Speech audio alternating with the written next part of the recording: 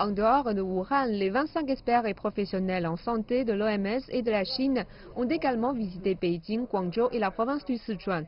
Ils ont discuté avec les responsables, des membres du personnel médical de première ligne ainsi qu'avec le public.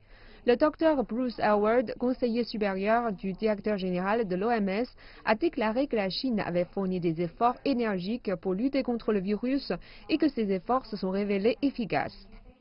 Mais ce que nous avons trouvé était que même si chaque province souffrait de l'épidémie et était infectée, les gouvernants ont mis la priorité sur les mouvements des équipes médicales et des PPE à l'extérieur de Wuhan. Et c'est un message très important pour le reste du monde sur la façon dont nous travaillons, dont fonctionne cette solidarité et cette coopération nécessaire.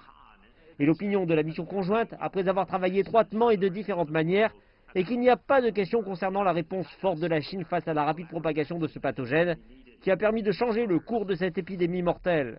L'expert de l'OMS affirme que les efforts de la Chine ont permis de réduire le nombre de cas potentiels de 10 000, voire de plusieurs dizaines de milliers. Certaines mesures qui ont été prises en Chine peuvent être recommandées au reste du monde.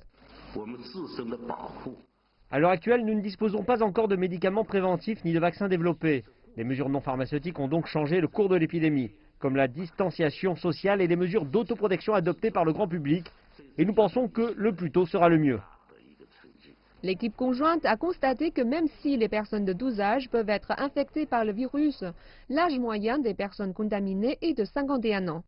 Donc tout d'abord, l'objectif de la mission actuellement est de voir ce qui fonctionne, car nous sommes dans un cas d'urgence mondiale. La seconde mission la plus importante est la vitesse. Et ce qui m'inquiète le plus est-ce que le reste du monde a appris la leçon ? Le docteur Bruce Howard dit que le risque en Chine diminue et que l'expérience chinoise enrichira les connaissances de la communauté médicale mondiale dans sa lutte contre le virus. À l'heure où le gouvernement chinois ramène progressivement l'économie et la vie quotidienne à la normale, les mesures de contrôle vont être progressivement assouplies. Cependant, la bataille contre le virus n'est pas terminée, du moins pas encore.